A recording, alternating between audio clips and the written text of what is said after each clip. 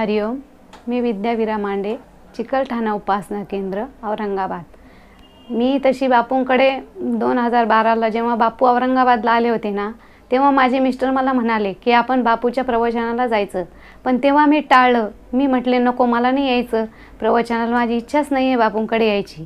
तर त्यांनी मला जबरदस्तीने प्रवचनाला नेलं आणि मी जेव्हा सर्वप्रथम बापूंना बघितलं तेव्हा मला खूप वेगळं वाटलं आणि बापूला बघून भरून आलं की बापू किती वेगळा आहे। सद्गुरू म्हणून आपल्यासाठी तो काहीतरी वेगळाच आहे आणि त्याच्या परिवारात मी इतकी रमून गेले।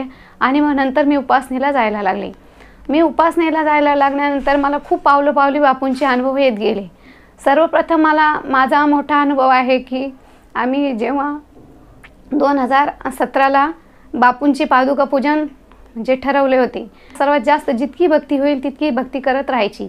मग आम्ही बापूंचं पादुका पूजन जेव्हा ठरवलं ते ब्रह्ममुहूर्तात, तो दिवस होता धनत्रयोदशीचा आणि माझ्या मिस्टरांचा हात पहिल्यापासून मोडलेला आहे, लहानपणी पडले होते त्या हातावर।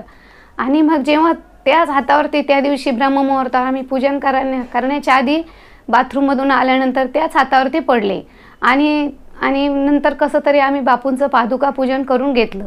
आणि मग जसं वेळ होईल तसा त्यांचा त्रास वाढतच गेला आणि मग आम्ही डॉक्टरांकडे गेलो। डॉक्टरांनी सांगितलं की तुम्ही यांचा हात मोडलेला आहे आणि त्याच हातावर यांना परत मार लागलेला आहे, तेव्हा तुम्ही मोठ्या दवाखान्यात जाऊन उपचार घेऊ शकता। मग आम्ही घरी आलो आणि बापूंच्या पादुका घरीच होत्या। आम्ही बापूंचं दर्शन घेतलं, उदी लावली आणि बापूला मी सांगून निघाले होते की बापूराया, रिपोर्ट काय येतात तोपर्यंत तू घर सोडायचं नाही। आणि मग आम्ही दवाखान्यात गेलो आणि तोपर्यंत डॉक्टर निघून गेलेले होते। मग त्यांना इमर्जन्सी वार्डातून वेदना थांबण्याचं इंजेक्शन देण्यात आलं। मग जेव्हा नंतर डॉक्टर 5 वाजता आले, मग त्यांनी चेक केलं की हाताला काहीच मारले लागलेला नाही आहे। मग त्यांनी एक्सरे काढण्यास सांगितले, एक्सराचे रिपोर्ट पण निघाले। मग डॉक्टर म्हणाले की तुमच्या हाताला काहीच लागलेला नाही आहे। मग मी जेव्हा घरी फोन केला की आता आम्ही दवाखान्यातून बाहेर पडलो, सारखा बापू आठवत होता की बापूंनी सांगितलं होतं काहीच होणार नाही, म्हणजे मनात भास होत होता की बापू आपल्यासोबत आहे आणि तो असल्यामुळे काहीच मार लागलेला नाही आहे। आणि मी घरी जेव्हा फोन केला ना, तेव्हा मला कळलं की बापूने यायला आताच राजेंद्रसिंह पाटील बापूंना घ्यायला आले होते। तोपर्यंत दवाखान्यातले रिपोर्ट येऊपर्यंत बापू घरीच होता। आणि हे कोण शक्य करू शकतं? फक्त सद्गुरूमुळेच शक्य होऊ शकतं, कारण तो आपल्याला प्रत्येक पावलोपावली अनुभव देत असतो की मी तुझ्याबरोबर आहे, तुला मी कधीच टाकणार नाही, ही त्याची ग्वाही आहे आणि तो ती पूर्ण करतोच।